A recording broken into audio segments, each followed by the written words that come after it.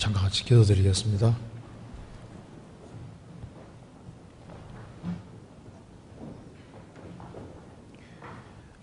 자비로우신 우리 아버지 하나님,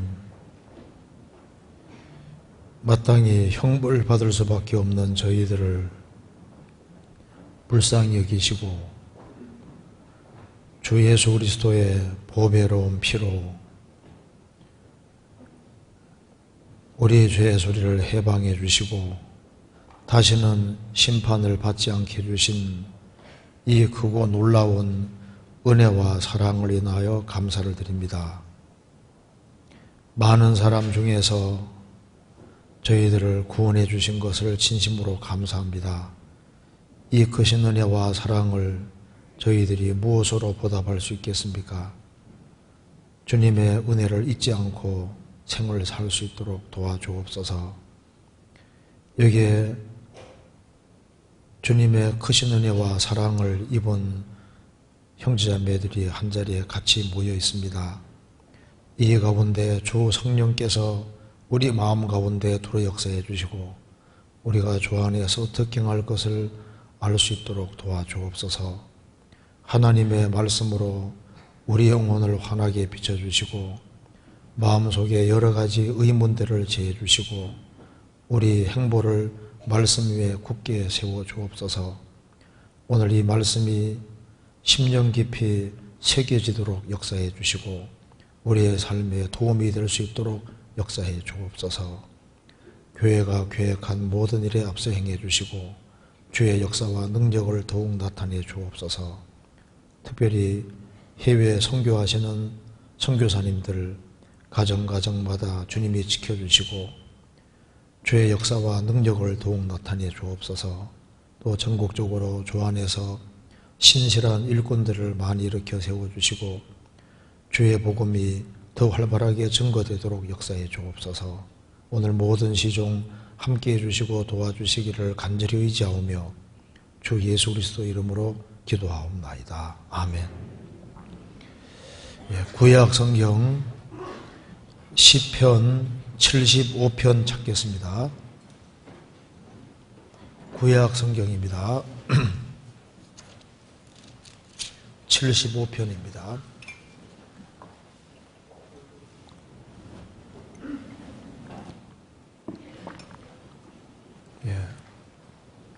제가 1절부터 끝절까지 제가 읽겠습니다. 하나님이여, 우리가 주께 감사하고 감사함은 주의 이름이 가까움이라. 사람들이 주의 기사를 전파하나이다. 주의 말씀이 내가 정한 기약을 당하면 정의로 판단하리니 땅의 기둥은 내가 세웠거니와 땅과 그 모든 거민이 소멸을 되리라 하시도다. 내가 오만한 자들아 오만히 행치 말라 하며 행악자들아 뿔을 들지 말라 하였노니 너희 뿔을 높이 들지 말며 교만한 목으로 말하지 말지어다. 대저 높이는 일이 동에서나 서에서 말미암지 아니하며 남에서도 말미암지 아니하고 오직 재판장이신 하나님이 이를 낮추시고 저를 높이시느니라. 여호와의 손에 잔이 있어 술거품이 일어나는도다. 속에 섞은 것이 가득한 그 잔을 하나님이 쏟아내시나니 실로 그 찢기까지도 땅의 모든 악인이 기울여 마시리로다. 나는 야곱의 하나님을 영원히 선포하며 찬양하며 또 악인의 뿔을 다 베고 의인의 뿔을 높이 들리로다. 네, 거기까지입니다. 1절을 같이 읽어보겠습니다. 하나님이여, 우리가 주께 감사하고 감사함은 주의 이름이 가까움이라. 사람들이 주의 기사를 전파하나이다. 네, 거기까지입니다. 네, 오늘은 시편 75편을 중심으로 해서 좀 생각을 해보겠습니다.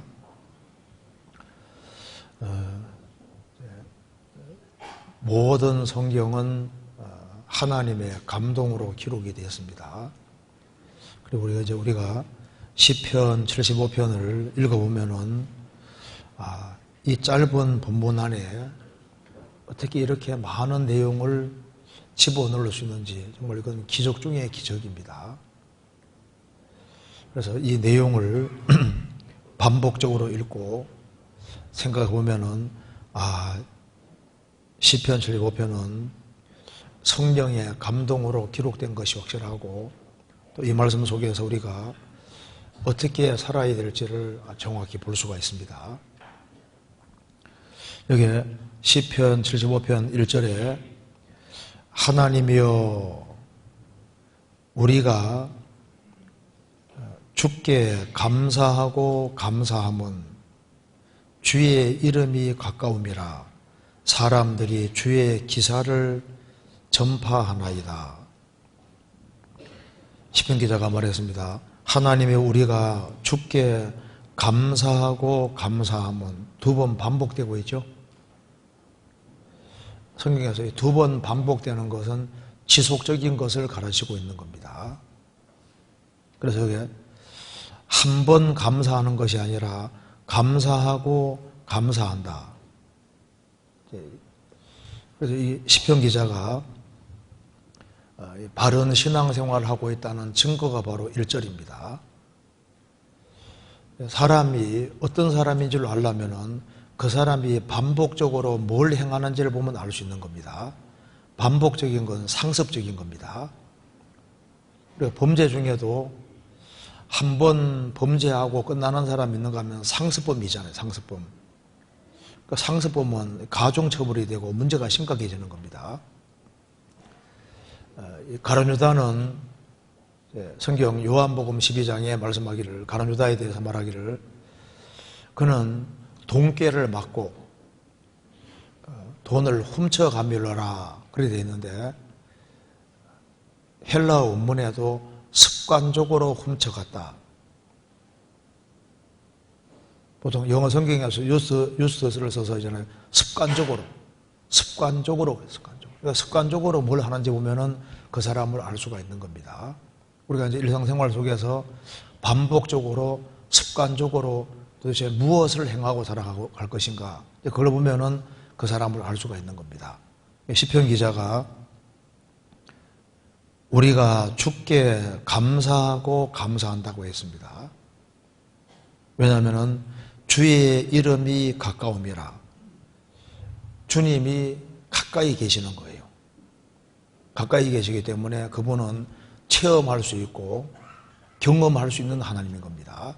시편 기자는 하나님을 체험했고 하나님을 경험했기 때문에 정말 감사하고 또 감사하고 살았습니다. 그리고 하나님이 가까이 계시고 신앙적인 체험들이 있기 때문에 그런 체험들이 있는 사람은 또 주변 사람에게 전할 수밖에 없게 되는 겁니다. 그래서 사람들이 주의 기사를 놀라운 일을 전파하나이다.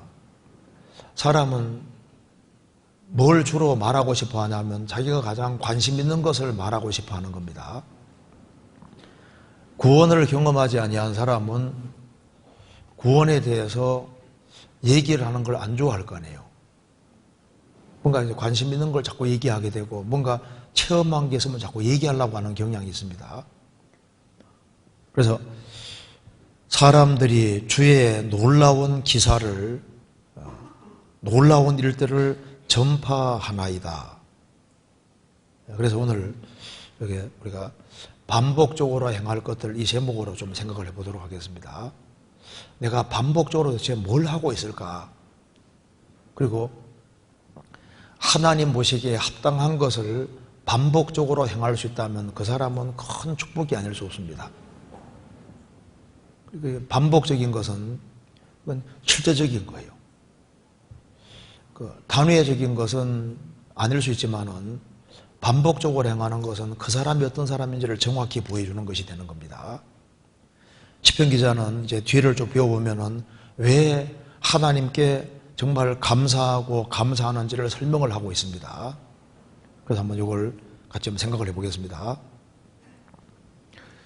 먼저 요거 잠깐 접어두시고 잠언 4장을 찾아보겠습니다. 잠언 4장 17절. 16절부터 제가 읽겠습니다.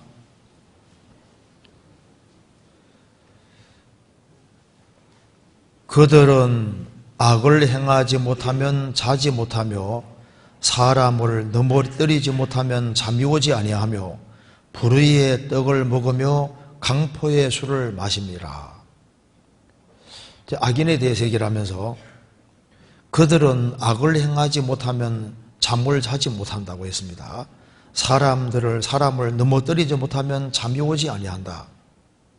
그리고 불의의 떡을 먹으며 강포의 술을 마시미라. 이것이 무슨 뜻일까요?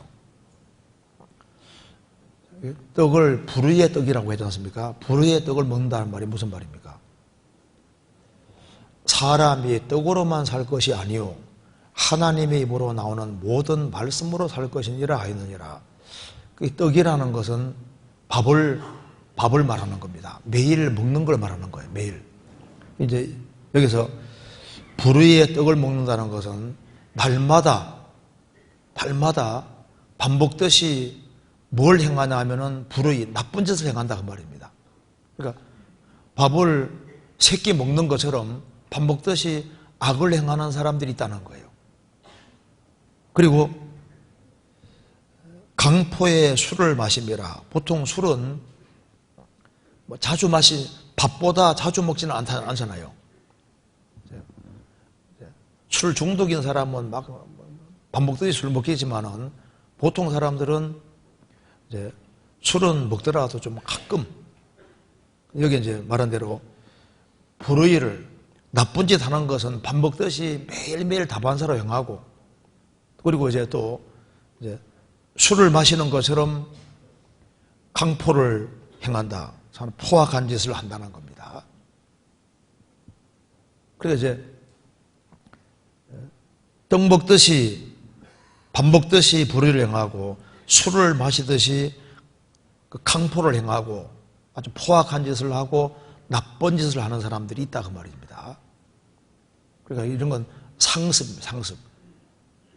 근데 그리스도인들은 반복듯이 의를 행하고 세상 사람들은 술을 마시지만은 그리스도인들은 성령을 술처럼 마시잖아요.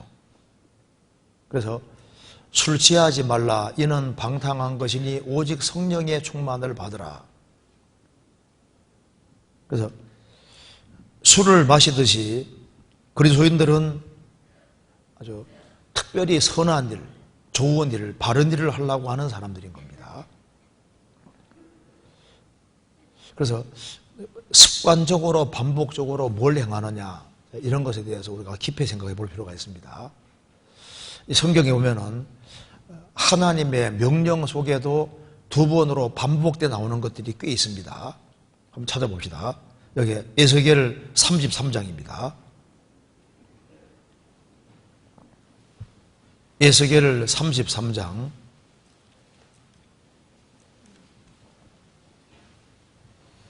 11절.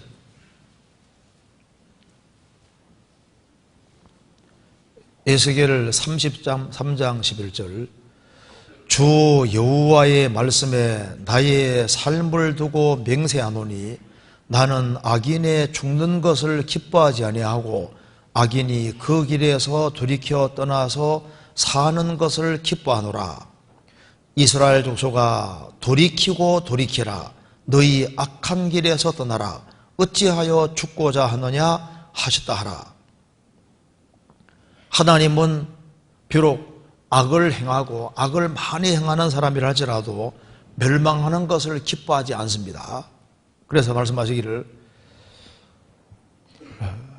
이스라엘 족속아 돌이키고 돌이키라. 그 회개하라는 걸 이렇게 표현한 겁니다. 돌이키고 돌이키라.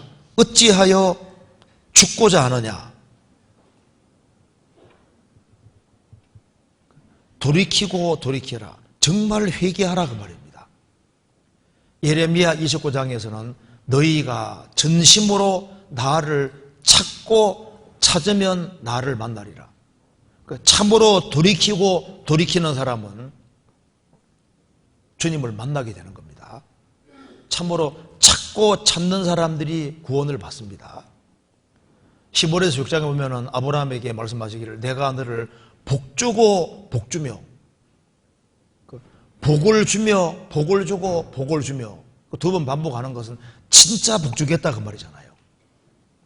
15절에서 6장 찾아보시겠습니다. 15절에서 6장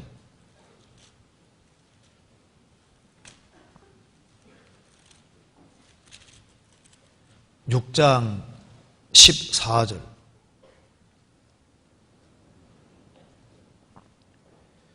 가라사대 내가 반드시 너를 복주고 복주며 너를 번성케 하고 번성케 하리라 하셨더니 저가 이같이 오래 참아 약속을 받았느니라. 참으로 돌이키고 돌이키는 사람, 참으로 찾고 찾는 사람, 그런 사람은 구원을 받고 진리 가운데 행하는 사람은 아브라함처럼 아브라함이 믿음의 조상이고 아브라함의 자취를 따르는 사람, 아브라함과 같이 믿음을 따르는 사람은 틀림없이 내가 너를 복주고 복주며 너를 번성케 하고 번성케 하리라. 반복적인 겁니다. 성경 다니엘서 5장 보면은 벨사살 왕 얘기 아시지 않습니까? 바벨론 제국의 마지막 왕이 벨사살 왕인데 그 옛날에 느부갓네살 왕이 이스라엘을 침공해서 예루살렘 성전 불질러 버리고 이스라엘의 온갖 그 성전에 사용하는 그릇들을 전부 다 바벨론으로 옮긴 겁니다. 그런데 바벨론 왕 그 마지막 왕 벨사살이 그 성전에 사용하던 그 구별된 그릇을 가지고 와서 술 퍼먹는 데 사용했습니다. 그때 분벽에서 손가락이 나와서 글자를 기록했습니다. 메네 메네 대겔 우발하신. 메네 메네는 세어보고 세어보고 대겔을 저울에 달아보니 부족해서 나눈다 그 뜻입니다. 그래서 하나님께서 메네 메네 세어보고 세어본다. 하나님은 세어보시는 분인 거예요. 세어보고 세어보고 저울에 달아보니까 부족해서 벨사살 왕을 그날 폐하시고 다리오 왕에게 나라를 주지 않습니까? 그러니까 성경에 이제 반복적인 것들이 많이 기록이 되어 있는데 이제 하나님이 특별히 반복적으로 행하는 것이 뭐냐면 말씀을 가르치는 부분에 대해서는 항상 반복적인 겁니다. 성경 한번 찾아보시겠습니다. 이사야 28장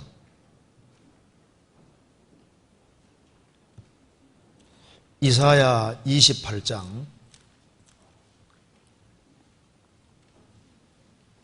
9절입니다.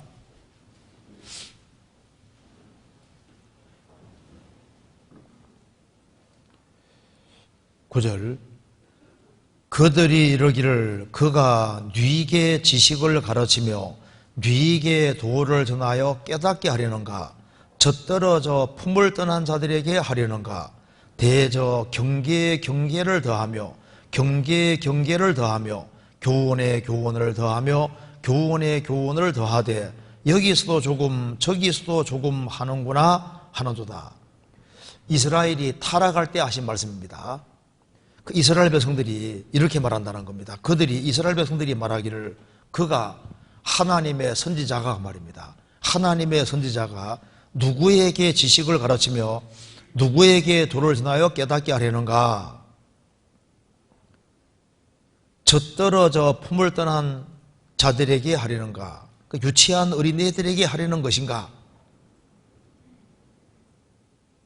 대저 경계에 경계를 더하며 경계를 한 번만 하면 되는데 한대기 또 한다 그 말입니다. 경계한 것에 또 경계를 또 경계하고 또 경계에 경계 더하며 교훈한 걸 또 교훈하고 교훈에 교훈을 더하되 성경 여기서도 조금 저기에서도 조금 하는구나라고 조롱하는도다. 그걸 다 아는 얘기인데 왜 또 얘기하냐 그 말입니다.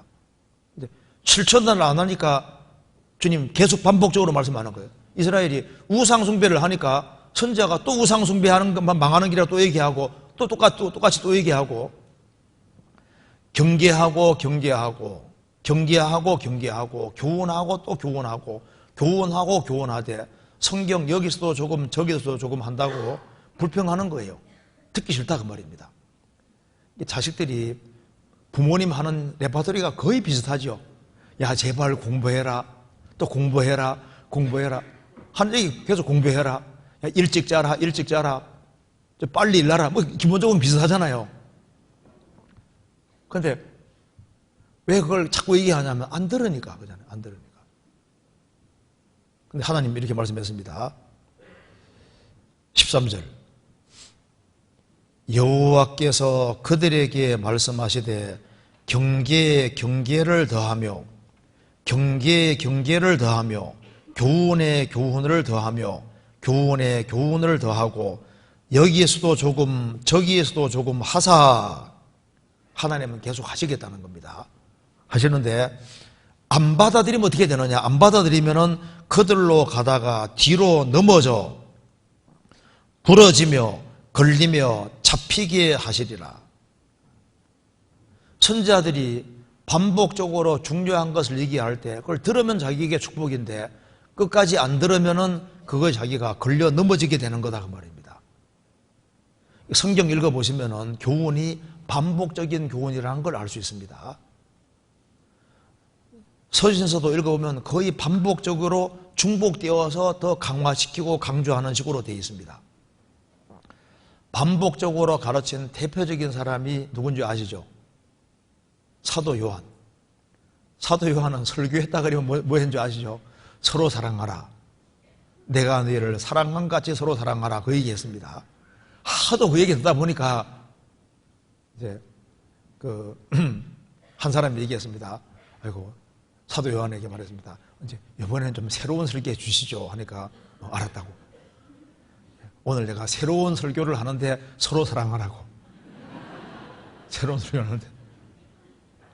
그러니까 이제 여기에 반복적인 가르침들이 계속 있는데 성경을 읽어보시면 반복되고 또 강화시키고 이렇게 해서 하나님은 반복적으로 계속하는 그런 경향이 있습니다.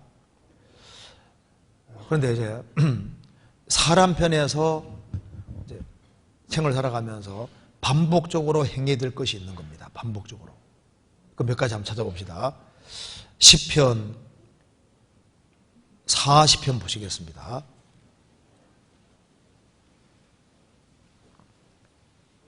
이런 충척적인 표현들이 나오는데 1절 같이 읽겠습니다.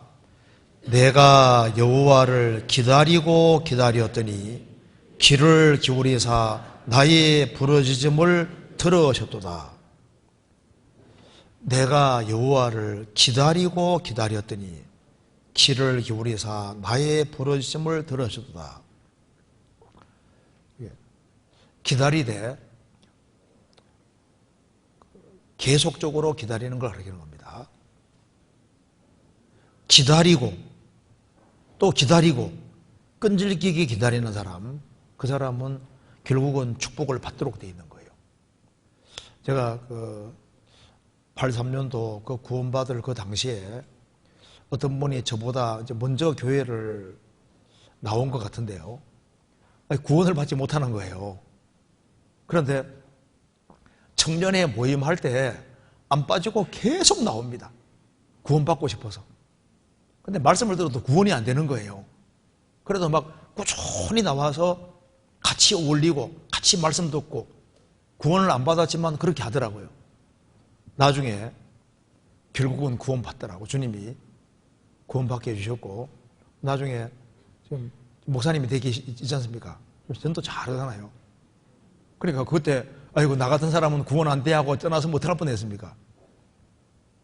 그 당시에는 구원 안 받은 사람에게 막 핀잔도 많이 줬거든요. 그것도 못 깨닫냐 하면서 막 핀잔도 주고 이렇게 했음에도 불구하고 그래도 끈질기게 받아야 되니까 계속 같이 어울리고 이렇게 하면요 주님께서 축복해 주시는 거예요.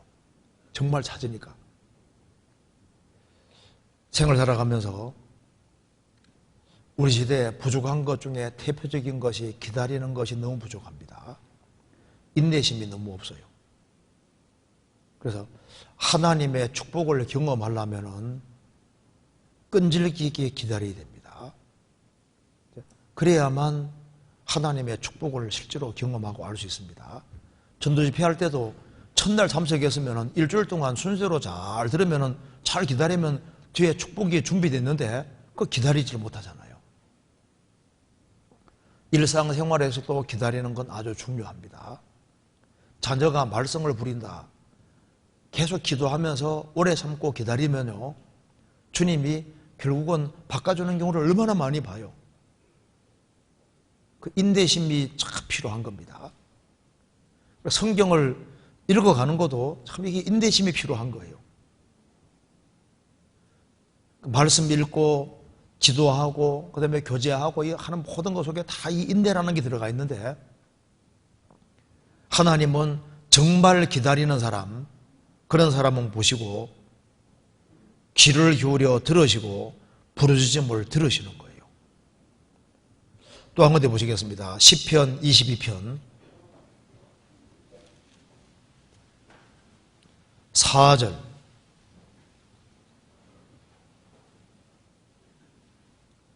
같이 읽겠습니다. 우리 열조가 주께 의뢰하고 의뢰하였으므로 저희를 건지셨나이다. 우리 열조가 주께 의뢰하였고 의뢰하였으므로, 이건 진짜인 겁니다.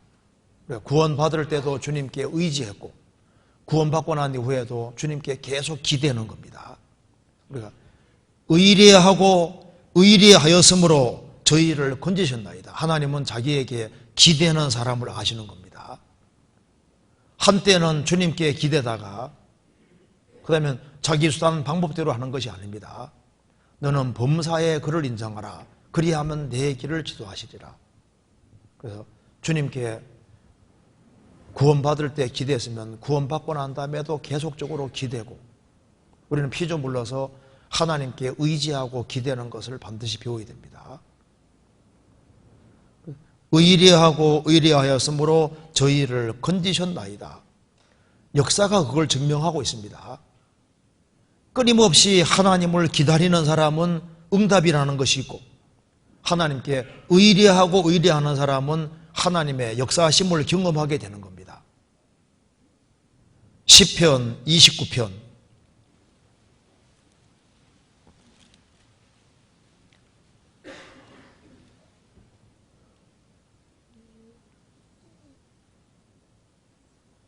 1절 같이 읽겠습니다.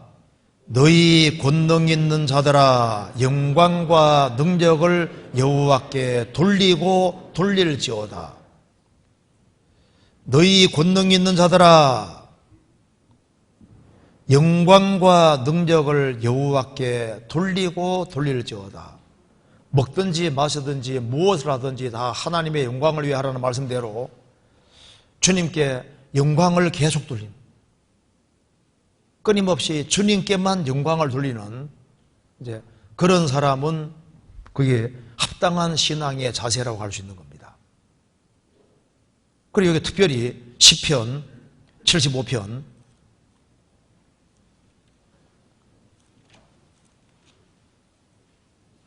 1절. 하나님이여, 우리가 주께 감사하고 감사할 것은, 그러니까 한때는 감사했는데 어느 순간인가부터 이제 불평하고 그렇게 하면 이제 신앙이 내리막길을 걷게 되는 거예요. 이스라엘이 출애굽을 해서 40년 광야 생활하는 중에 엎드러진 죄들이 기록이 되어 있습니다. 고린도전서 10장에 기록되어 있는데 이스라엘 60만 명이 출애굽을 해서 우상 숭배하는 죄로는 몇 명이 죽었습니까? 3,000명이 죽었습니다. 그리고 간음한 죄로 총 24,000명이 죽었습니다. 하루에 2만 3천 명이 죽고 그 다음 나중에 죽은 사람까지 합하면 총 2만 4천 명입니다. 그 다음에 주님을 시험하다가 뱀에게 물려 또 많은 사람이 죽었는데 대다수는 불평하다가 다 엎드러진 거예요. 대다수는. 그러니까 불평으로 엎드러지게 되는데, 그래서 신앙생활 속에서 감사하고 감사하는 것은 사실 이건 쉬운 거라고 할 수 있는 거예요. 기다리고 기다리는 것도 이건 별로 쉬운 게 아니거든요, 사실. 기다리고 기다리는 거.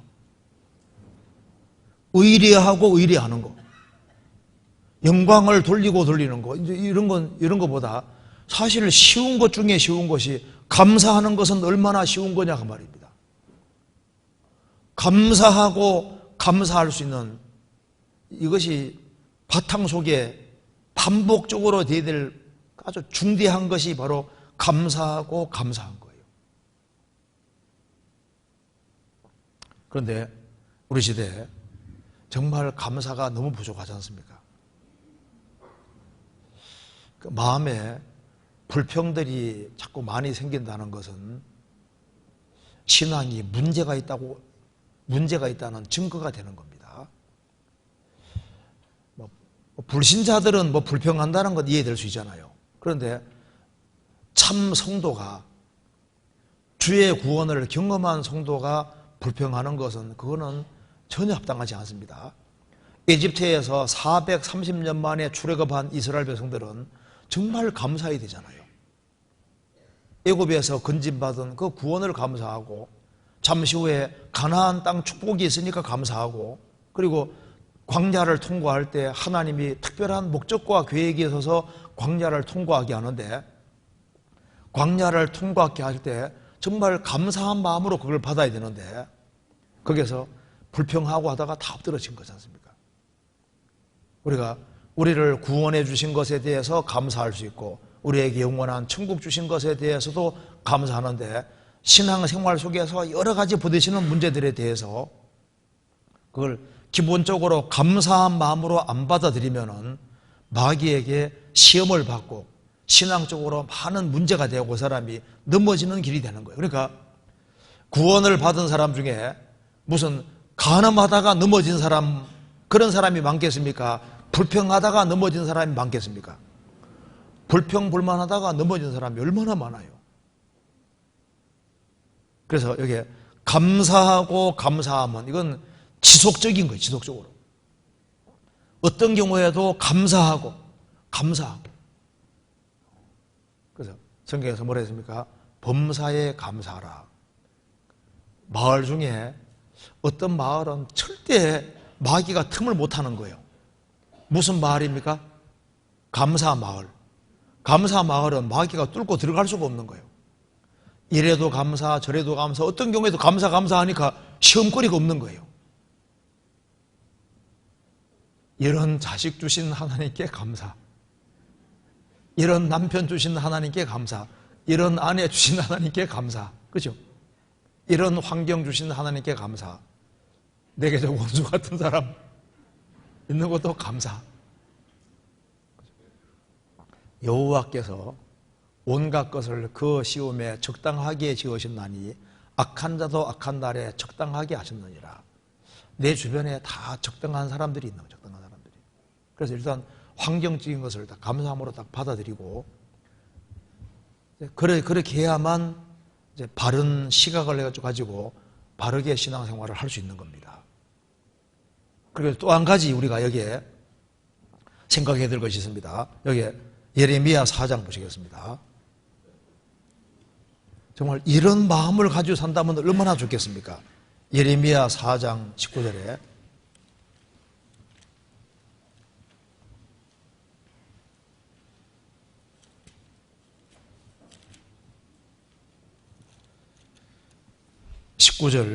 제가 읽겠습니다. 슬프고 아프다. 내 마음속이 아프고 내 마음이 답답하여 잠잠할 수 없으니 이는 나의 심령 내가 나팔 소리와 전쟁의 경보를 들음이로다. 여기 19절에 슬프고 아프다. 4번 밑에 뭐라 했습니까? 나나주에 뭐라고 했습니까?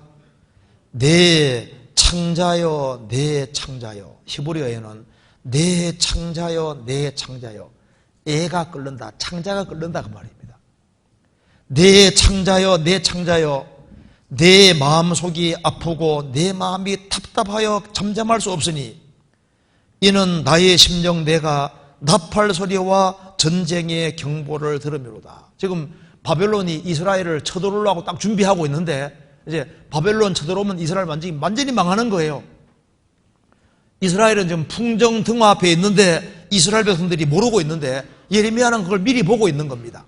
이제 자기의 사랑하는 동족이 다 죽게 생겼으니까 창자가 애가 끓는 거예요. 그러니까 내 창자여 내 창자여, 내 마음이 속이 아프고 내 마음이 답답하여 잠잠할 수 없다.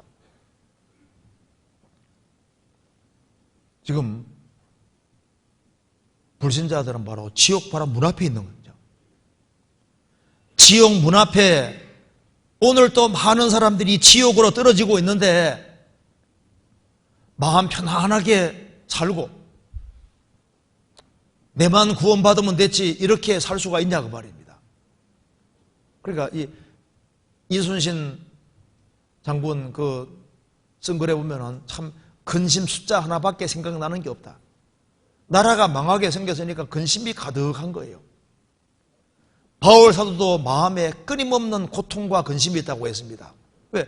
자기 동족이 멸망하게 생겼으니까 고통과 근심이 있는데 끊임없는 영혼의 고통, 불쌍한 영혼에 대한 고통, 내 창자여 내 창자여, 내 집안 식구들이 아직 구원 안 받은 사람이 있는데 지옥 가게 생겼는데 거기에 대해서 애끓는 마음, 이런 마음이 없냐 그 말이에요. 있어야 되는 거예요. 어떤 사람은 한때는 그런 마음이 있었는데 구원받고 처음에는 막 자기 집안 식구들을 주변 사람들을 막 건지려고 그렇게 애를 쓰고 했는데 어느 순간부터 이제 태평하게 바뀌었습니다. 그리고 정말 중요한 것이 있는데 중요하지 않은 것 때문에 아기다툼하고 우리 시대에 너무 사소한 것에 마음이 빼앗겨 있는 거예요. 중요한 일이 있는데 중요한 일을 잊어버립니다. 부부가 싸우다가도 애가 다쳤다, 피를 흘리고 있다, 끝까지 싸웁니까? 일단 중지하고 애부터 살립니까? 애부터 살려야 되잖아요. 사소한 것 때문에 울고 불고 막 심각해지는 것은 중요한 것이 뭔지를 몰라서 그런 거예요. 중요한 것이. 그래서 반복적으로 마음속에 내 창자여 내 창자여 이런 마음이 있는 사람은 정말 복된 사람이라고 할 수 있습니다. 어떤 사람 말합니다. 아이고 자매 편안해? 나 항상 평강한데 근데 그 자매 집안 식구들도 구원 안 받았는데 마음이 편안하대요. 뭐 하나 깨달으면 편안하대요. 바울 사도는 날마다 내 속에 눌리는 것이 있다고 했는데 신앙이 정상적이면은 항상 기뻐하라 그랬지 항상 기쁜 것이 아니잖아요. 기뻐하고 살지만은 마음속에는 끊임없는 고통이 있는 거예요. 고통이. 그래야만 그게 정상이지 않겠습니까? 믿음으로 구원받고 믿음에 굳게 서고 믿음으로 행하고 믿음으로 이겨나갑니다. 오직 의인은 믿음으로 살리라. 그래서 우리가 습관적으로 반복적으로 무엇을 행하느냐 이것에 대해서 우리가 깊이 생각을 해야 됩니다. 예수님께서도 습관을 가지고 계셨다는 거 아시죠? 성경 한번 찾아보시겠습니다. 누가복음 22장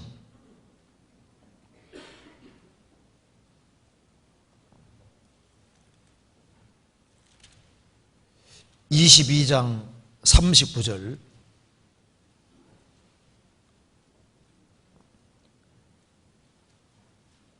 39절에 예수께서 나가사 습관을 좇아 감람산으로 가심에 제자들도 쫓았더니 그곳에 이르러 저희에게 이르시되 시험에 들지 않기를 기도하라 하시고, 여기 습관을 좇아 감람산으로 가셨다고 했습니다. 예수님께서도 습관적으로 행하신 것이 있는데, 예수님은 새벽에 일어나는 습관이 있었습니다. 새벽에 일어나셔서 새벽 오히려 미명에 이제 한적한 곳으로 가서 기도하셨다. 예수님은 한적한 곳에 자주 가셨습니다. 왜? 하나님 아버지와 교통하려고.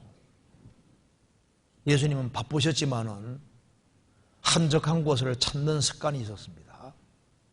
그리고 예수님은 습관을 좇아 기도하셨고, 습관을 좇아 끊임없이 전도를 하셨습니다.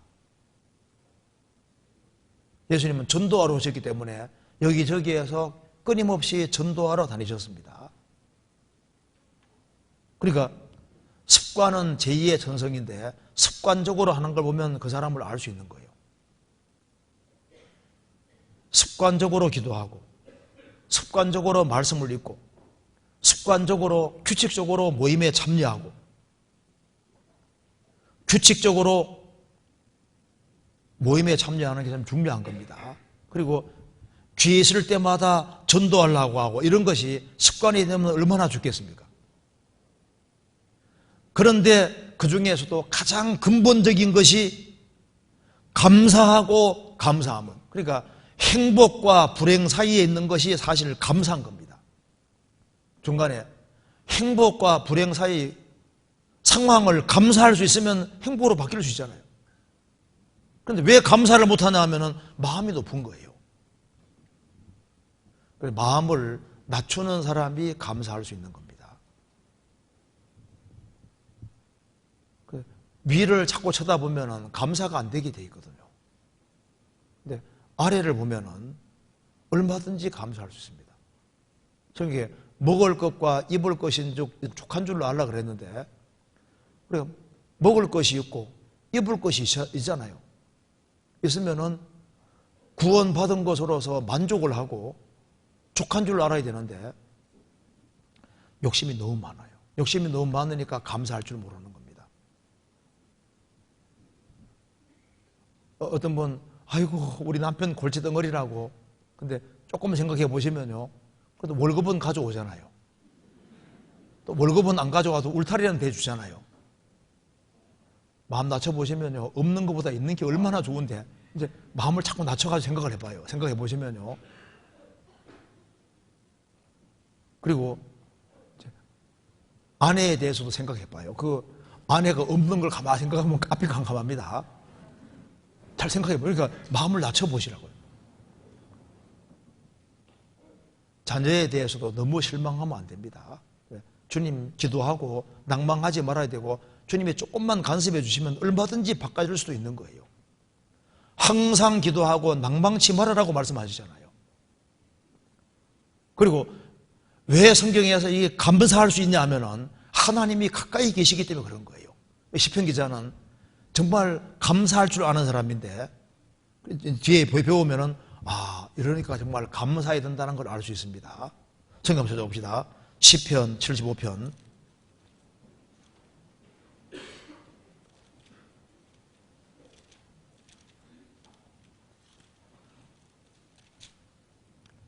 1절에 하나님이여 우리가 주께 감사하고 감사함은 주의 이름이 가까움이라. 여기 주의 이름이 가깝다는 것은 주님이 가까이 계시다 그 말이에요. 가까이. 사도행전 17장에 말한 대로 하나님은 우리 각 사람에게서 멀리 떠나 계시지 아니하도다. 하나님은 우리 각 사람에게서 멀리 떠나 계신 것이 아닙니다. 하나님은 우리 숨소리만큼 가까이 있는 거예요. 주님은 아주 가까이 계십니다. 시편 119편 보시겠습니다.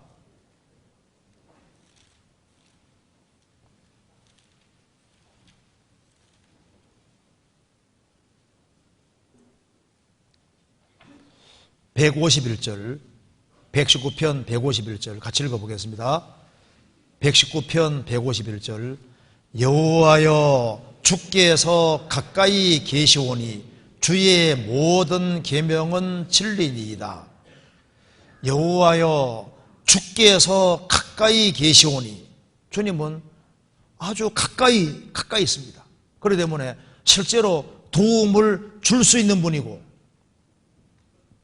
그리고 도와주시는 분인 거예요. 주께서 가까이 계시오니 주의 모든 계명은 진리니이다. 우리 가까이 계신 분이 눈에 안 보이니까 눈에 보이도록 만들어준 것이 성경인데, 이 말씀을 보장해 주시는 분이 가까이 있다 그 말입니다. 우리 가까이. 이 말씀대로 해주겠다고 하신 분이 가까이 계시는 거예요. 그래서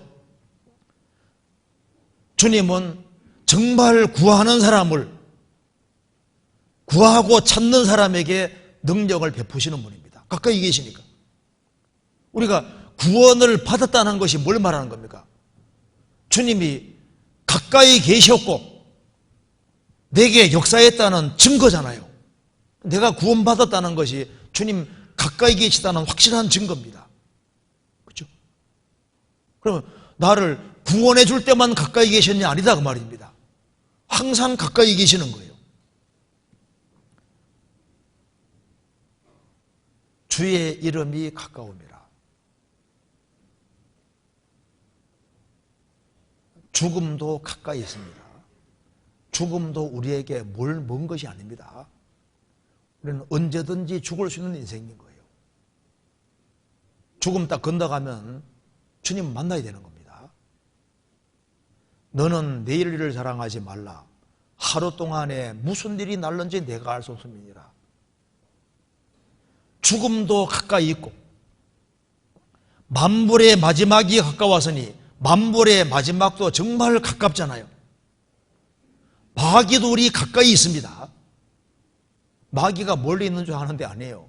성경에 성령의 창을 가지라 했습니까? 성령의 검을 가지라고 했습니까? 성령의 검을 가지라 했는데 이 당시에 로마 제국 그 당시에 검은 그렇게 길지 않습니다. 검은 가까운 적을 죽이는 게 검인 거예요. 적이 멀리 있으면 성령의 창을 가지라고 했을 겁니다. 적은, 마귀는 아주 가까이 있기 때문에 예수님께도 가까이 다가온 것이 마귀입니다. 그죠? 마귀가 얼마나 가까이 있냐면은 예수님이 죽으시겠다고 하니까 베드로가 뭐라 말했습니까? 주여 그리하지 마옵소서. 그 일은 결코 주님에게 임하지 않을 겁니다. 예수님이 사탄아 물러가라. 너는 나를 넘어지게 한 자로다. 가장 가까이 와 있는 게 마귀라고요. 마귀도 우리 가까이 있습니다. 멀리 있는 게 아니라니까요. 근신하라 깨어라 너희 대적 마귀가 우는 사자같이 두루다니며 삼키를 잘 잡나니. 마귀도 아주 가까이 와 있어서 틈이 숨기고 들어옵니다. 분을 내어도 죄를 짓지 말며 해가 지도록 분을 품지 말아서 마귀로 틈을 타지 못하게 하라. 누가 열받게 하면 열이 나잖아요. 그런데 분을 내어도 죄를 짓지 말며 해가 지도록 분을 품지 말아서 마귀로 틈을 타지 못하게 하라. 계속 씩씩대고 있으면 마귀가 딱 보고 틈이 생겼으니까 한바탕 하라고 부추기는 거예요. 가룟유다는 돈에 대한 욕심을 계속 가지고 있으니까 마귀가 예수 팔려는 생각을 딱 집어넣었잖아요. 그 다음 마귀가 들어가서 예수님 팔아먹습니다. 욕심이 커지면은 배후에 마귀가 역사할 수 있는 거예요. 그렇잖아요. 그리고 너희 염려를 다 주께 맡겨버리라. 이는 주께서 너희를 공고하심이니라 하면서 근신하라 깨어라 너희 대적 마귀가. 그러니까 염려와 근심에 쌓여 있으면은 마귀가 삐죽고 들어오기 쉽다니까요. 너희 염려를 다 주께 맡겨버리라. 염려를 계속 가지고 있으면은 마귀가 맹공격을 퍼부어 댑니다. 하늘이 안 무너졌는데 하늘이 무너진 것처럼 그렇게 속인다니까요. 마귀는 여러 가지로 공격을 합니다. 가까이 있습니다. 그런데 그 무엇보다도 가장 가까이 계신 분이 주님이시기 때문에 주님을 가까이 하는 사람이 정말 복을 받을 수 있고, 진실하게 간구하는 사람은 하나님이 정말 특별히 가까이 해주시는 거예요. 성경에서 봅니다. 시편 145편입니다. 18절.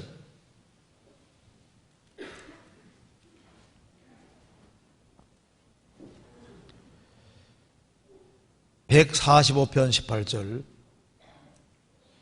여호와께서는 자기에게 간구하는 모든 자, 곧 진실하게 간구하는 모든 자에게 가까이 하시는도다. 여호와께서는 자기에게 간구하는 일부의 사람이 아니라 모든 자, 남녀노소, 많이 배웠던 적게 배웠던 관계없이 자기에게 간구하는 모든 자, 곧 진실하게 간구하는 모든 자에게 가까이 하시는도다. 하나님은 외모를 취하지 않으시고, 그 사람이 많이 배웠냐 적게 배웠느냐 돈이 많냐 적으냐 아무 관계 없습니다. 나이가 많이 들었느냐 어리냐 관계 없습니다. 진실하게 간구하는 모든 사람에게 가까이 하십니다. 그래서 하나님께 가까이 함이 내게 복이라. 하나님 가까이 하는 사람이 복 받는 사람인 거예요. 그리고 하나님을 자꾸 가까이 하려고 노력하는 사람들, 그런 사람들은 하나님이 가까이 계시니까, 하나님은 은혜의 하나님이니까 그 사람에게 은혜를 심어주시고, 진리의 하나님이시니까 진리를 깨닫게 해주시고, 하나님은 빛이시니까 영혼을 환하게 밝혀주시고, 하나님 자신이 소망이니까 소망을 주시고, 하나님은 능력의 하나님이니까 그 사람에게 능력을 주시고 모든 것을 이겨나가도록 만들어 가신다니까요. 그래서 우리는 주께 감사하고 정말 감사한다. 왜 감사할 수 있느냐? 가까이 계시고 도움을 받을 수 있기 때문에. 그리고 주님이 가까이 계신 것을 경험한 사람들은 이걸 또 주변 사람들에게 전하게 되는 겁니다. 그렇잖아요. 주님을 피난처로 삼고 주님 가까이 하는 사람은 깨달아지는 것이 있으니까 할 말이 있고 전할 말이 있게 되는 거예요. 시편 73편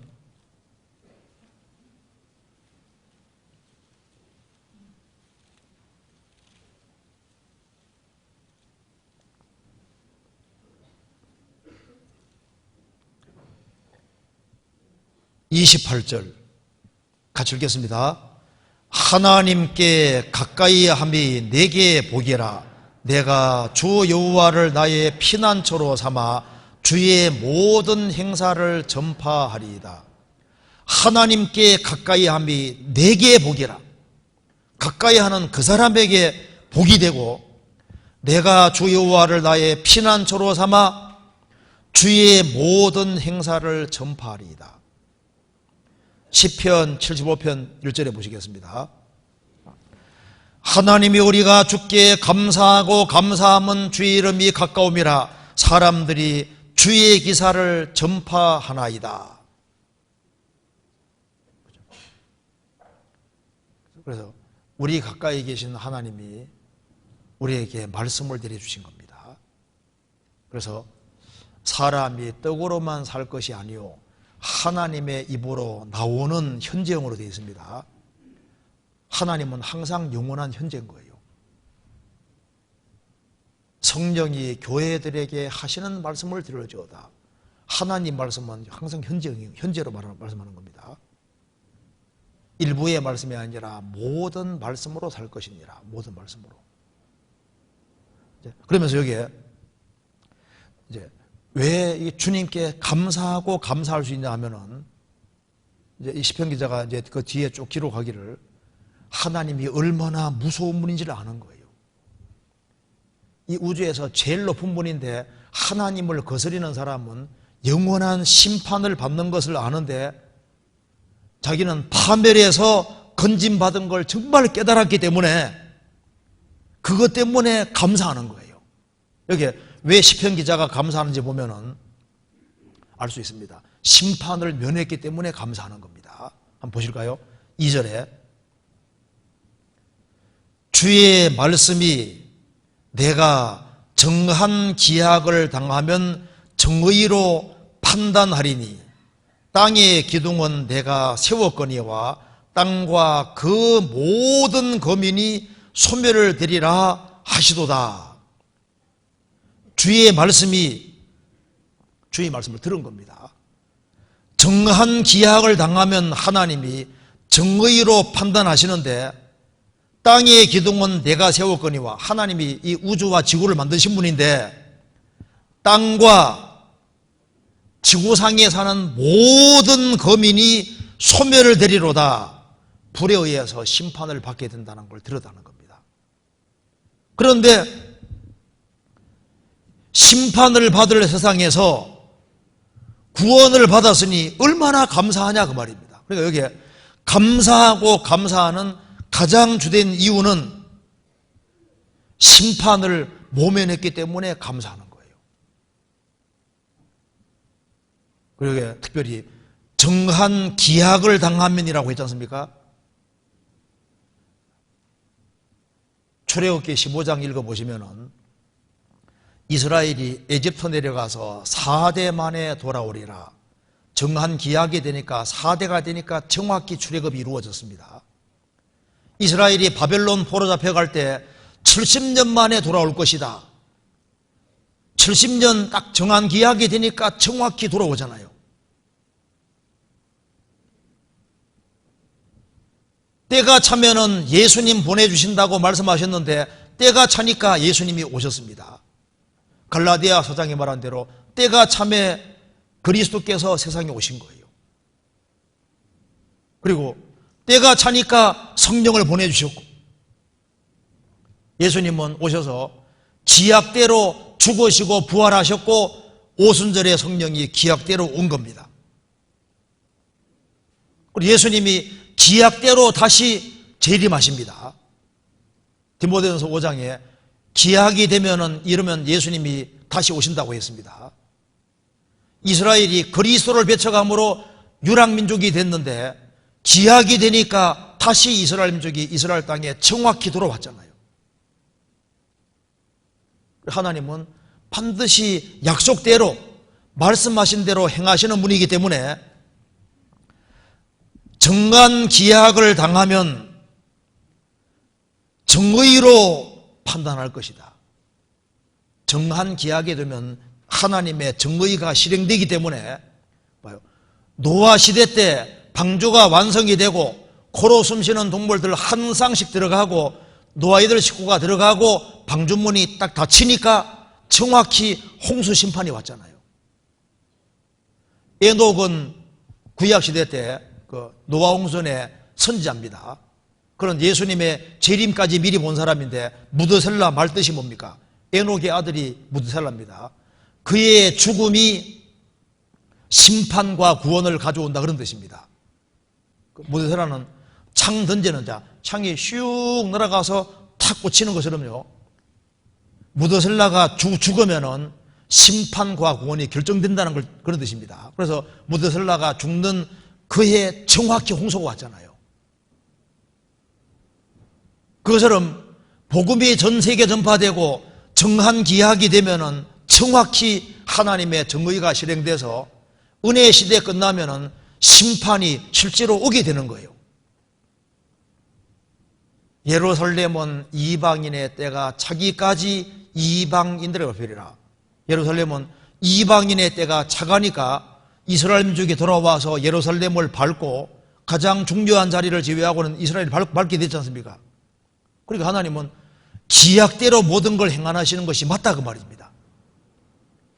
그래서 정한 기약을 당하면 정의로 판단하리니 이게 실제라는 걸 시편기자는 알고 있는 거예요.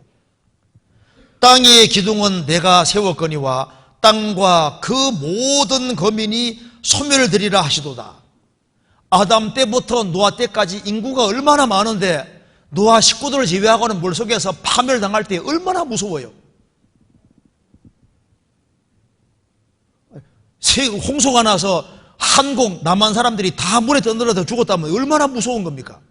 그 정도가 아니라 아담 때부터 노아 때까지 인구 통계 계산하면 굉장히 많습니다. 보통 10억 이상은 됐을 거라고 생각하잖아요. 그럼 노아 식구들 제외하고 다 죽을 때 얼마나 무서운 겁니까? 지구 전체가 물속에 들어간 것이 실제인 것처럼 지금 이 은혜 시대 때 구원받지 못하고 지구상에 남는 모든 사람은 환난 속으로 실제로 들어가고 여기 일부가 아니라 땅의 모든 거민이 소멸될 것이다. 질투의 불에 삼켜진다 그 말입니다. 그런데 이 모든 거민 속에 우리의 사랑하는 가족이 있을 수도 있고 내 형제가 있을 수도 있고 친척이 있을 수 있고 집행기자는 일단 자신은 일단 파멸해서 건짐받은 것에 대해서 일단 정말 일단 감사하는 거예요. 이 세상이 지르게 갈 거라고 그렇게 편안한 마음 가지는 건 합당하지 않습니다. 여기에 그 모든 거민이 소멸될 것이다. 세상은 지금 완전히 내리막길을 걷고 있는 거예요. 시편 12편 잠깐 찾아보시겠습니다. 시편 12편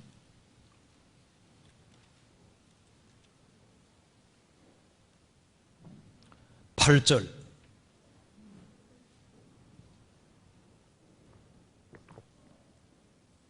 같이 읽겠습니다. 비루함이 인생 중에 높아지는 때 악인이 처처에 횡령하는도다. 비천하고 천박하고 속된 것이 인생 중에 높아지는데 우리 시대에 돈 잘 벌리면 좋은 직업이라고 착각을 합니다. 누가 떼돈 벌었대. 그럼 떼돈 벌으면 인생 성공한 겁니까? 아니잖아요. 이게 비천하고 천박하고 속된 것이 인생 중에 높아지는데 악인이 처처에 횡령하는도다. 악인이 처처에 횡령하는 정말 이 우리 시대에 정말 실감나는 말씀입니다. 그리고 이제 이 땅 속에 있는 것을 막 다 끄집어내 가지고 막 얼마나 많은 걸 만들어 놨는지 제가 어떤 글에 보니까 지구상에 있는 차들을 쫙 나열하면요 지구를 125바퀴 돌릴 만큼 그렇게 차가 많았답니다. 지금까지 나온 차들 있지 않습니까? 지구 전체를 125바퀴 돌릴 만큼 누가 계산했는지 모르겠어요. 그러니까 우리 시대는 아주 특별한 시대입니다.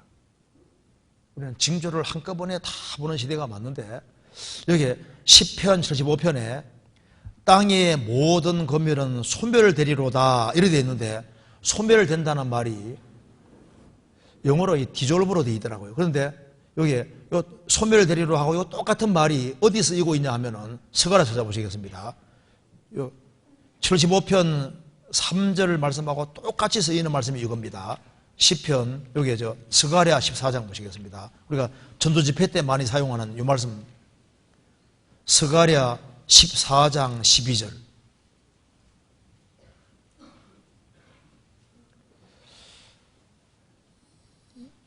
예루살렘을 스가랴 14장 12절 예루살렘을 친 모든 백성에게 여호와께서 내리실 재앙이라니 곧 섰을 때 그 살이 썩으며 그 눈이 구멍 속에서 썩으며 그 혀가 입속에서 썩을 것이요. 여기 섰을 때 그 살이 썩을 것이다. 똑같이 디졸브 녹아내린다 그 말입니다. 그러니까 땅의 모든 거민이 소멸될 것이다. 불의에서 심판을 받는데 여기 섰을 때 쫙 썩어 내릴 것이다. 핵전나무도 이렇게 되는 거지 않습니까? 그러니까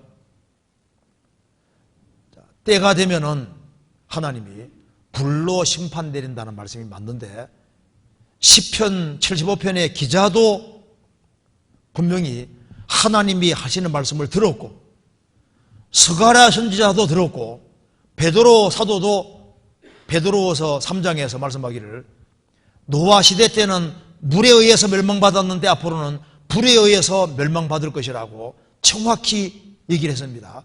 똑같은 거예요. 베드로후서 3장 보시겠습니다.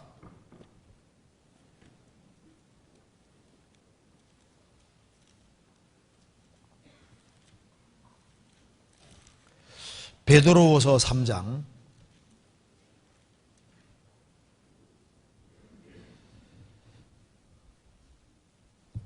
10절.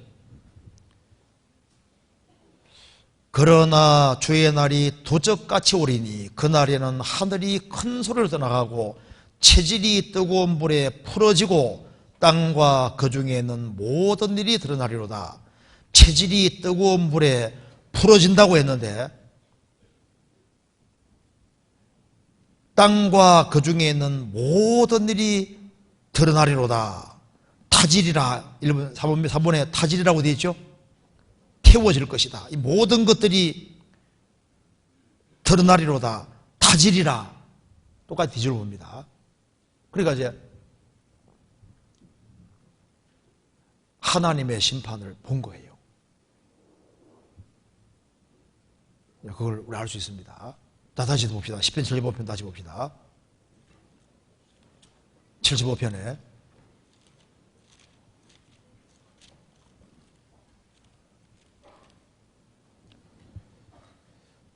2절. 주의 말씀이 내가 정한 기약을 당하면 정의로 판단하리니. 이제 정한 기약이 당하면은 하나님이 정의로 판단할 때 땅과 그 모든 권면은 소멸되지만은 의인은 어떻게 될까요? 의인은 하나님께서 높아지는 겁니다. 10절에 또 악인의 뿔을 다 베고 의인의 뿔은 높이 들리로다. 이제 정한 기약이 되면은 이 불신자들과 성도들의 운명이 싹 바꿔지게 되는 거예요. 그래서 그리스도인들은 정한 기약이 되면은 주님이 오실 때 그리스도인들은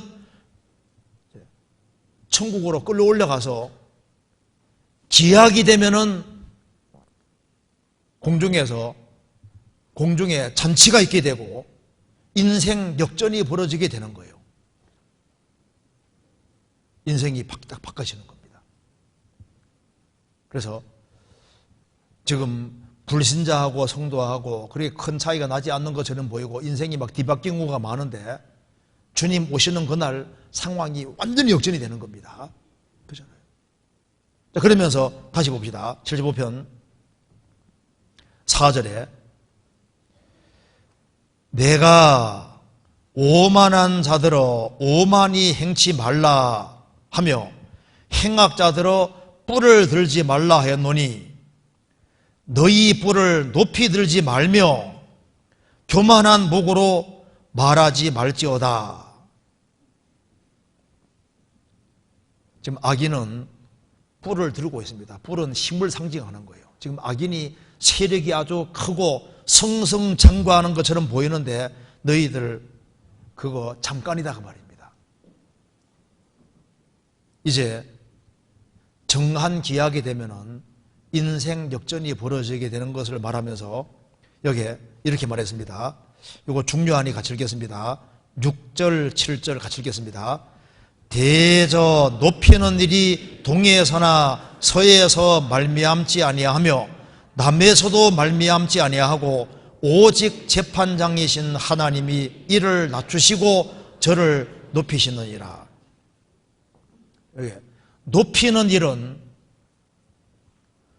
동쪽도 아니고 서쪽도 아니고 남쪽도 아니고 어느 쪽입니까? 북쪽에. 오직 재판장이신 하나님. 성경에서 하나님은 북쪽에 계신 것처럼 이렇게 표현되어 있습니다. 그래서 레위기 1장에도 하나님께 제사 드릴 때도 북쪽을 향해서 제사 드리도록 되어 있는 거예요. 그리고 이사야 14장에서도 루시퍼가 반역할 때도 북극 지폐의 산 위에 자정하리라. 내가 지극히 높은 구름이 올라 하나님과 비기리라. 그 북극이라고, 북극. 그래서 높이는 일은 동쪽도 아니고 서쪽도 아니고 남쪽도 아니고 북쪽에 계신 하나님, 오직 재판장이신 하나님이 이를 낮추시고 저를 높이시느니라. 그러니까 높이고 낮추는 그 모든 능력은 하나님께 있기 때문에 내가 하나님 편에 있느냐 마귀 편에 있느냐 그것으로 결정이 되는 거예요. 그러면서 이제 시편 기자가 왜 감사하는지가 더 구체적으로 나와 있습니다. 8절에 여호와의 손에 잔이 있어 술 거품이 일어나는도다. 속에 섞은 것이 가득한 그 잔을 하나님이 쏟아내시나니 실로 그 찢기까지도 땅의 모든 악인이 기울여 마시리로다. 여호와의 손에 잔이 있다고 했습니다. 섞은 것이 가득한 최대한 진도를 모아서 섞은 것이 가득한 최악의 진도를 딱 모아서 그걸 악인에게 마시는데 찌꺼기까지 싹 마시게 할 것이다. 얼마나 무서운 말입니까? 그러니까 철저한 진도와 심판이 있을 것을 시편 기자가 미리 본 거예요. 예수님이 십자가를 앞두고 기도하신 거 아시죠? 뭐라 하셨습니까? 이 잔을 할만하시거든 내게서 지나가게 하옵소서. 그러나 나의 원대로 마옵시고 아버지 원대로 되기를 원하나이다. 예수님이 진노의 잔을 대신 받으셨습니다. 왜냐하면 우리가 받아야 될 진노를 대신 받아야 되기 때문에 예수님이 대신 진노의 잔을 마시셨는데 그 예수님을 영접하지 아니하는 사람은 이 잔을 마시게 되는 거예요. 시편 여기 누가복음 22장 찾아보시겠습니다. 누가복음 22장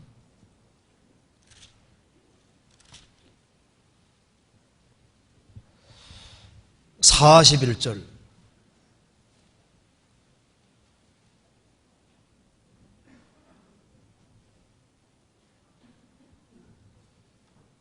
저희를 떠나 돌 던질 만큼 가서 무릎을 꿇고 기도하여 가라사대 아버지여 만일 아버지의 뜻이거든 이 잔을 내게서 옮기시옵소서. 그러나 내 원대로 마옵시고 아버지 원대로 되기를 원하나이다 하시니 이 바로 진노의 잔입니다. 우리가 죄에 대해서 심판을 받아야 될 그 진노의 잔을 예수님이 십자가 지시고 대신 마심으로써 우리에게 구원의 잔을 제공해 주신 거예요. 그런데 시편 기자는 왜 감사하냐 하면은 구원의 잔을 마셨기 때문에 감사하는 거예요. 구원의 잔을 마셨기 때문에 이 받아야 될 진노의 잔을 안 마시게 됐으니 얼마나 감사한 거냐 그 말입니다.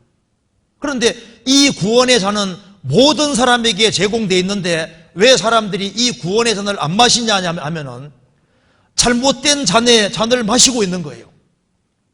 요한계시록 17장 4절에 보면은 음녀가 손에 금잔 가지고 있잖아요.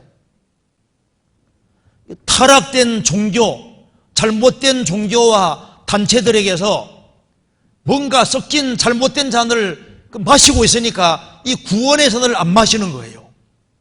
그렇잖아요. 찾아볼까요? 여기 요한계시록 17장 보시겠습니다.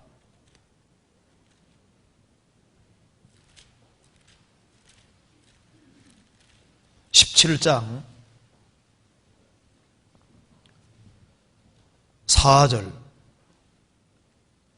그러니까 그 여자는 이게 타락한 기독교를 가리키는 겁니다. 그 여자는 자줏빛과 붉은빛 옷을 입고 금과 보석과 진주로 꾸미고 손에 금잔을 가졌는데 가증한 물건과 그의 음행에 더러운 것들이 가득하더라. 이 금잔에 막 가증한 물건, 그 음행에 더러운 것들이 가득하다. 그러니까 막 오만 잡탕이 돼 있는 거예요. 잘못된 교리들이 섞여 있는 겁니다. 그래서 이 잘못된 잔을 턱 마시고 있으니까 그거로 만족하고 있는 거예요. 어떤 사람은 다른 예수, 다른 복음, 다른 영 붙잡고도 그거 딱 마시고서 그거로 만족해 있거든. 어떤 사람은 이적의 잔을 마셔서 신비한 이적을 딱 체험했는데 그 구원이 아니거든요. 뭔가 먹긴 먹었는데 잘못된 걸 먹었기 때문에 먹었는데 그거로 만족하고 있는 거예요. 어떤 사람들은 거짓된 사상의 잔을 너무 많이 마셨습니다. 막 책을 탐독하고 했는데 이 엉뚱한 책을 탐독해서 그게 그 잔을 너무 많이 마셔서 그게 뭐 싹 쇠뇌가 되어 있는 거예요. 빠져나오지를 않아요. 어떤 사람은 진화론의 잔을 너무 많이 마셨습니다. 어떤 사람은 무신론의 잔을 마셔서 이 거대한 우주를 보고 정확한 법칙과 질서를 보고 살아있는 생명체를 보면서도 하나님을 대적하잖아요. 구원의 잔을 안 마시면 그런데 우리 시대 보세요. 우리 시대는 정말 많은 사람들이 쾌락의 잔을 마셔서 쾌락에 취해서 구원의 잔을 거절하잖아요. 잘못된 잔을 마십니다. 우리 시대에 술 많이 먹잖아요. 그 술잔 때문에 친구들이 권하는 잘못된 잔 때문에 속아서 구원의 잔을 안 마시는 사람들도 많이 있습니다. 유대인들이 그리스도를 배척했을 때 2000년 동안 유랑 생활하면서 얼마나 심판받는지를 봤지 않습니까? 그때 예레미 25장 보면은 이스라엘이 하나님께 불순종함으로 벌받은 것을 잔을 마신 거로 표현했습니다. 이스라엘이 진도의 잔을 마셨기 때문에 이방인들이 마실 거라고 했고, 실제로 바벨론 침공 때 이스라엘이 심판받고 주변 나라들이 또 그 다음 심판받았잖아요. 그리스도 배척한 죄로 이방인 유대인들이 심판받았고 이제는 이방인들이 심판받을 차례가 다가오고 있는 거예요. 그래서 시편 기자는 이 구원의 잔을 거역하는 사람들은 진노의 잔을 받을 것을 미리 보는 겁니다. 그래서 요한계시록에 보면은 7 대접 심판 때 이 대접이 잔입니다. 잔. 그래서 계시록 16장에 하나님이 진도를 내리실 때 그 진도를 다 받잖아요. 구원의 잔을 거절하는 사람은 앞으로 불을 받는 것도 그게 바로 진도의 잔인 거예요. 시편 11편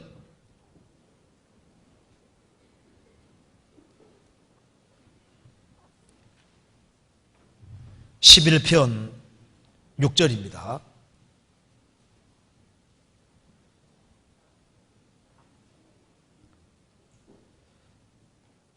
악인에게 그물을 내려치시리니 불과 유황과 태우는 바람이 저희 잔에 소득이 되리로다. 다윗도 맞습니다. 악인에게 하나님이 잡으려고 그물을 내려치시는데 저희 잔이 받을 것이 뭐냐? 불과 유황과 태우는 바람이다. 핵의 3요소가 열 폭풍 방사능입니다. 핵이 꽝 터지는 순간에 번쩍하는 열에 의해서 사람이 순식간에 쫙 썩어 내리고 그 다음에 폭풍이 일어나서 건물들을 다 부수고 그 다음 방사능 낙진으로 또 많이 죽지 않습니까? 여기에 불, 열입니다. 열. 태우는 바람, 폭풍이잖아요. 방사능 낙진 떨어지듯이 유황. 옛날에는 핵이란 말이 없었습니다. 악인은 앞으로 이걸 받게 될 것이다. 그래서 시편 기자는 사람들이 진노의 잔을 받는 것을 본 겁니다. 요한계시록 16장 보시겠습니다. 16장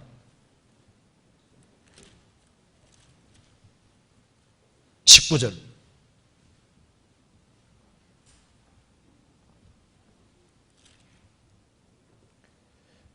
먼저 제가 17절부터 읽어보겠습니다.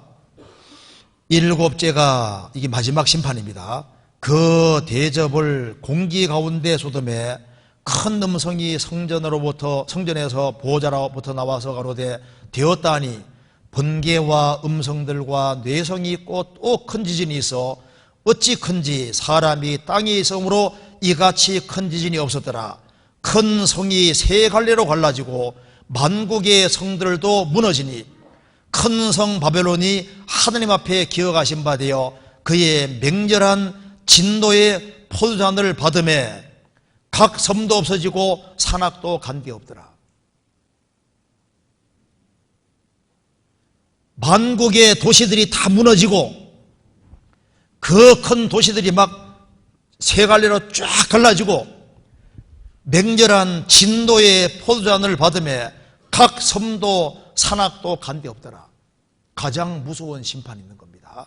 요한계시록 14장 특별히 표받은 사람들에게 이렇게 말합니다. 9절 또 다른 천사 곧 셋째가 그 뒤를 따라 큰 음성으로 가로되 만일 누구든지 짐승과 그의 우상에게 경배하고 이마에나 손에 표를 받으면 그도 하나님의 진노의 포도주를 마시리니 그 진노의 잔에 섞인 것이 없이 부은 포도주라. 거룩한 천사달락거린 영 앞에서 불과 유황으로 고난을 받으리니 그 고난의 연기가 세세토록 올라가리로다. 짐승과 그의 우상에게 경배하고 그 이름의 표를 받는 자는 누구든지 밤낮임을 얻지 못하리라 하더라. 환난 속에서 오른손이나 이마에 표 받은 사람은 진노의 포도잔을 마시게 되는데 세세토록 밤낮 고통받는 지옥에 들어가게 되는 겁니다. 제가 한 번은 지방에 이렇게 서울 쪽에 집회를 갔는데 어떤 분이 4일까지 듣고 5일째인가 식사를 같이 하게 된 겁니다. 근데 한 할아버님이 어제까지 말씀 듣고 보니까 성경이 너무너무 놀라운 말씀이래요. 그래, 왜 그렇게 생각하냐 하니까 물으니까 여기 우리나라에 진로 소주까지는 나와 있는데 진로 포도주까지 나온다고 성경 예언되어 있으니까 이게 얼마나 놀라우냐 하고 얘기하더라고요. 그래서 제가 성경에 진로 포도주 얘기 안 나오는데요 하니까 분명히 어제 진로 포도주 얘기했대요. 그래서 나중에 보니까 진노의 포도주를 마시리니 이걸 진로 포도주로 이해한 거예요. 그래서 근데 그게 아니고요. 이것은 표받은 사람이 하나님의 진노를 받는다는 말씀이다 하니까 그러냐고. 어쨌든 간에 너무 놀랍다고. 근데 그분이 그때 집회는 구원받지 못하고 그 다음 집회 때 구원받으셨습니다. 진로 포도주가 아니라 진노의 포도주. 시편 기자가 본 거지 않습니까? 근데 시편 기자는 왜 감사하냐 하면은 사람들이 악인들이 다 소멸당하고 하나님의 진도 받는 것을 미리 보지 않습니까? 그런데 이 시편 기자는 왜 감사하냐 하면은 구원을 체험해서 구원의 잔을 받아 마신 거예요. 시편 보시겠습니다. 116편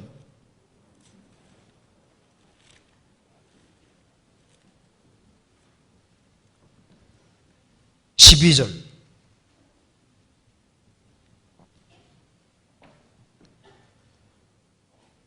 여호와께서 내게 주신 모든 은혜를 무엇으로 보답할꼬? 내가 구원의 잔을 들고 여호와 이름을 부르며 여호와의 모든 백성 앞에서 나의 서원을 여호와께 갚으리로다. 여호와께서 내게 주신 모든 은혜를 무엇으로 보답할꼬? 무엇 때문에 이 말을 하냐 하면은 내가 구원의 잔을 들고 마시고 지금 드는 거예요. 구원을 체험한 겁니다. 6절에 여호와께서는 어리석은 자를 보존하시나니 내가 낮게 될 때에 나를 구원하시도다.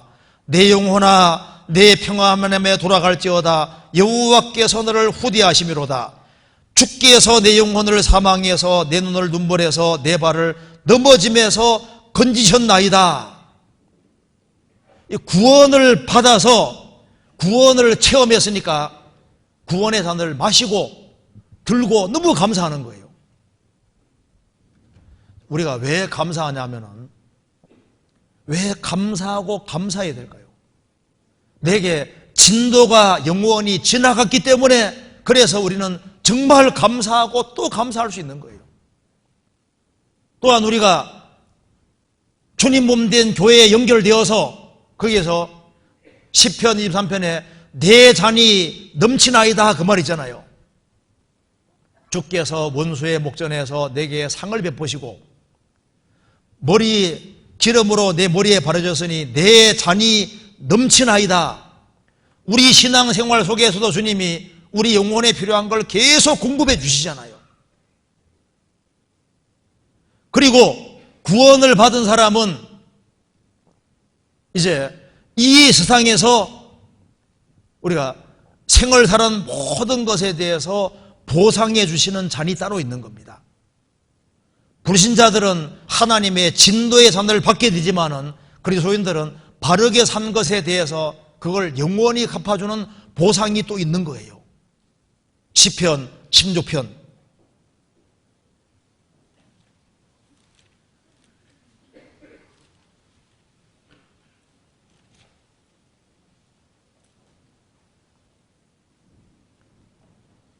5절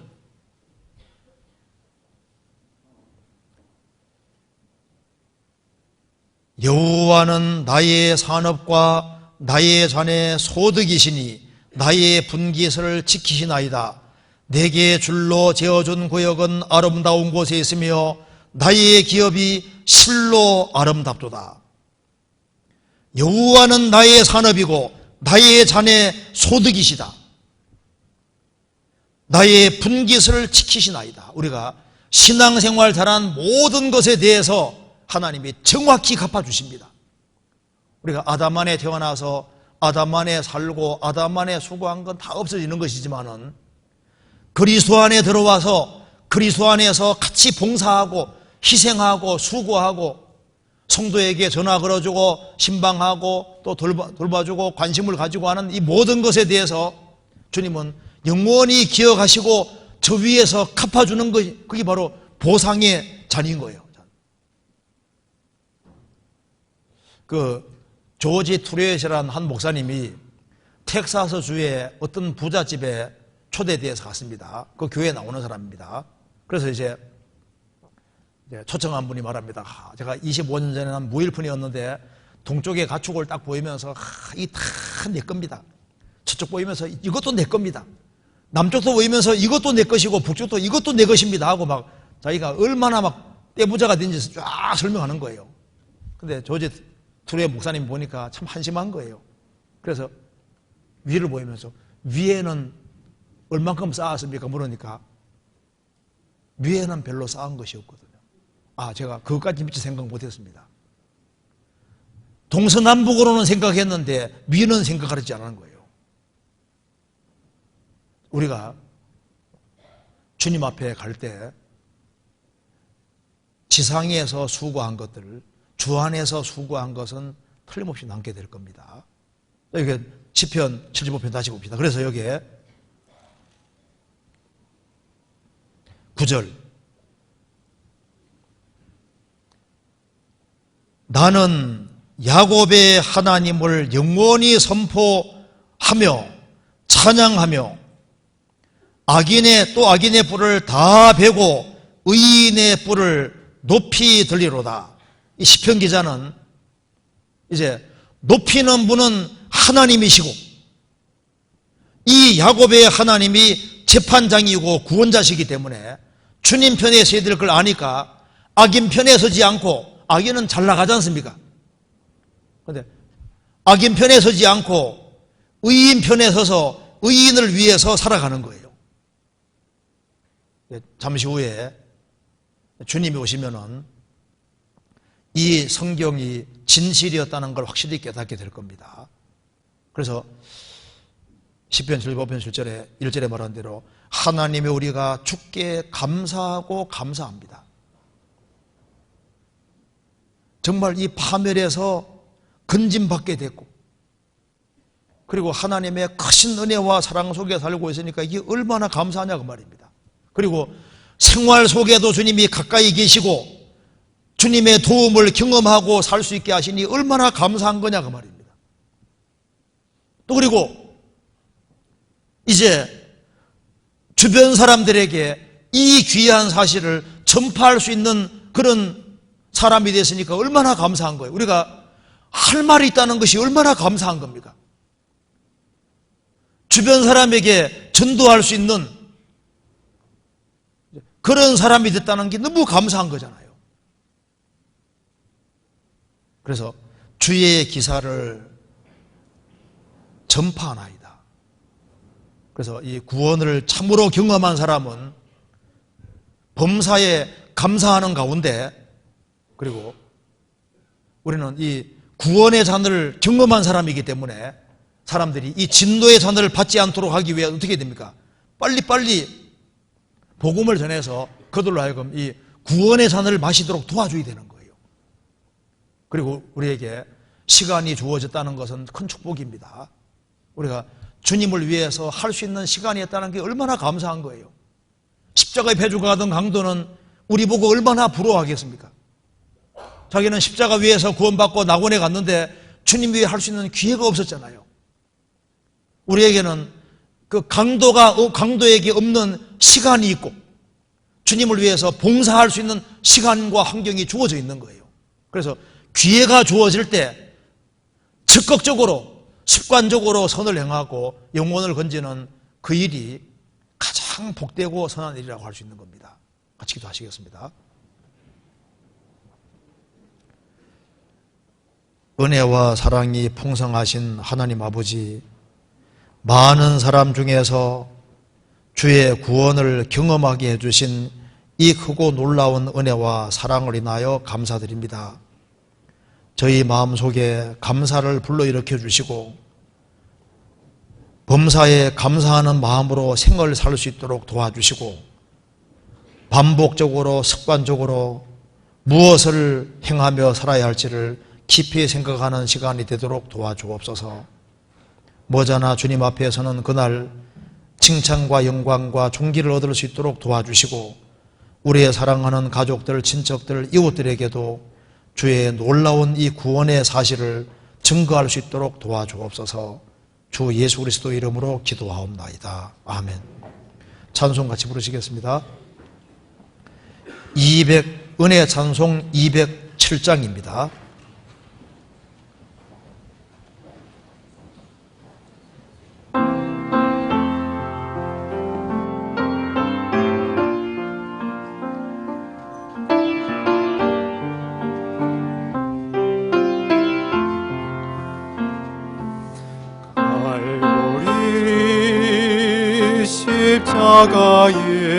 십자가에 주님을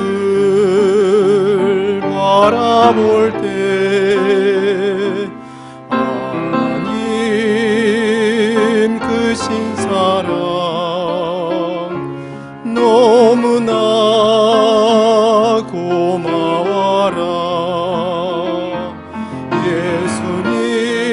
예수님의 십자가 이제는 나도 지고 이 생명 다 바쳐서